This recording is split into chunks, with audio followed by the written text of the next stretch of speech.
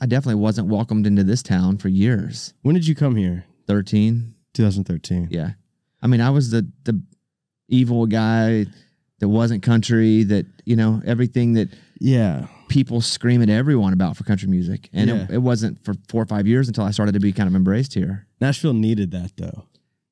Looking back, sure, that's easy to say. Yeah. But it's tough when you're the person that not only does Music Row hate, and listen, I'm not beloved all down Music Row now, but that Music Row hated because I didn't have a cowboy hat, didn't have a belt buckle. It was actually like, you don't have to. Right. We'll play hip hop on my morning show. You know, I mean, this is before that kind of started to be a thing. Yes. And I was getting shoved every direction, but in a good way.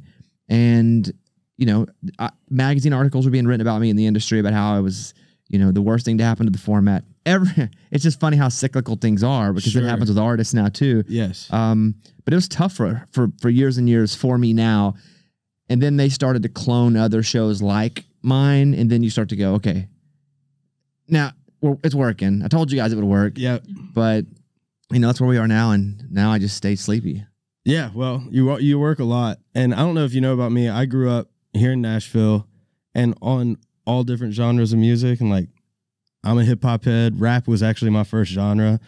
And I use my rap background writing now in country. But yeah, in 2014, when I was presenting that stuff to publishing houses trying to get a deal, I was looked at like, you know where you're at? But now every country artist has, well, it's just growing up in a time of everything's available to you.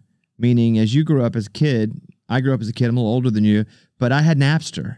And it was really the first time when we had the ability to have all kinds of music all the time. And that shaped us. Mm-hmm.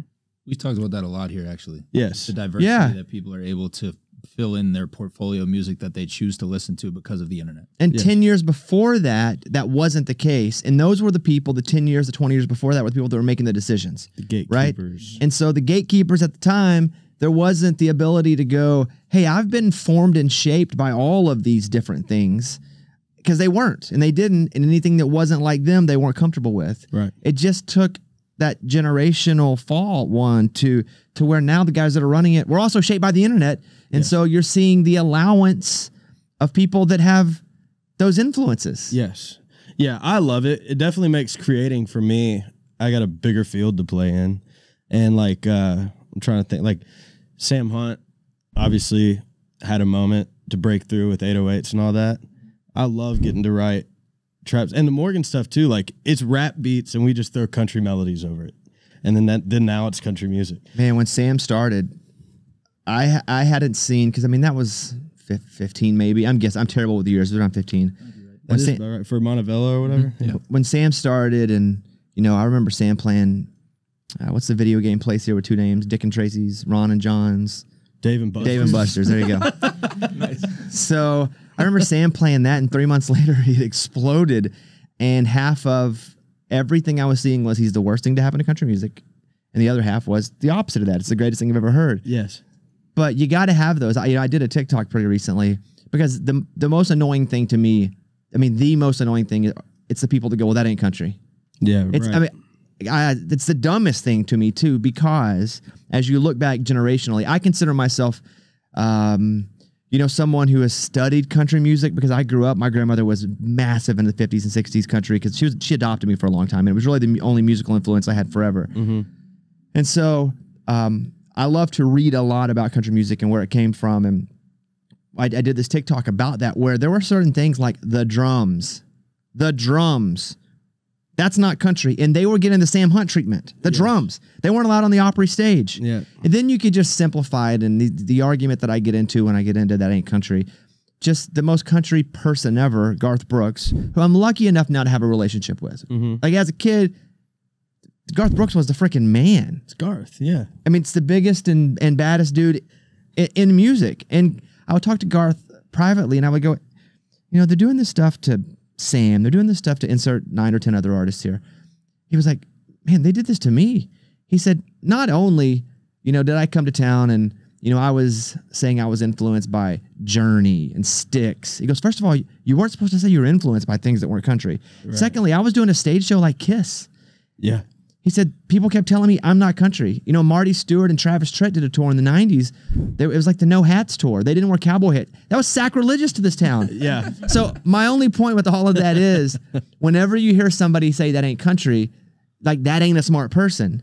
Because although it may not end up being what ends up in that country sphere, if it weren't for people pushing us along as a format, we'd stay in the same spot and we would die. Because anything artistically that sits in the same spot dies. And if you want to just die on that, which by the way, you're not right either, because country music came from Africa and Europe. Correct. Like that's it. And it came in two different ways. Yep. And what you're calling country now was a later iteration of country music, which later became what they would call hillbilly music in the hillbilly charts. Yes.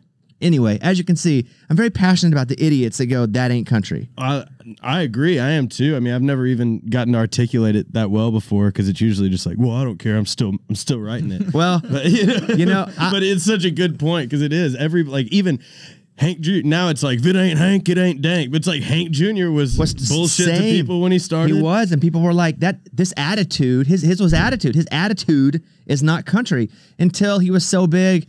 Then that was what was country. Yes. So anytime anyone says that ain't country, they just haven't either been around the format long enough or they're not smart enough to know that every Johnny Cash, you could go through, I'm done going through the list because...